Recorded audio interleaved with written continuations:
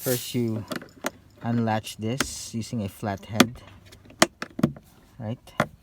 And then there is another latch here that you have to take out, similar action. Okay, then there's another one right over here that you have to unlatch. Okay, and then this would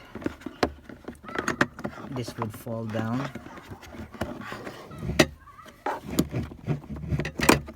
Okay, once it falls down,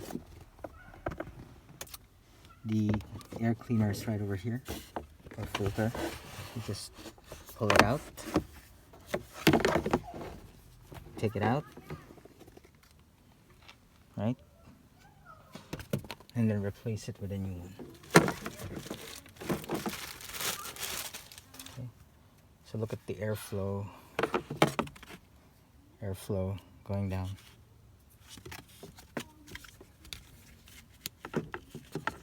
That's it.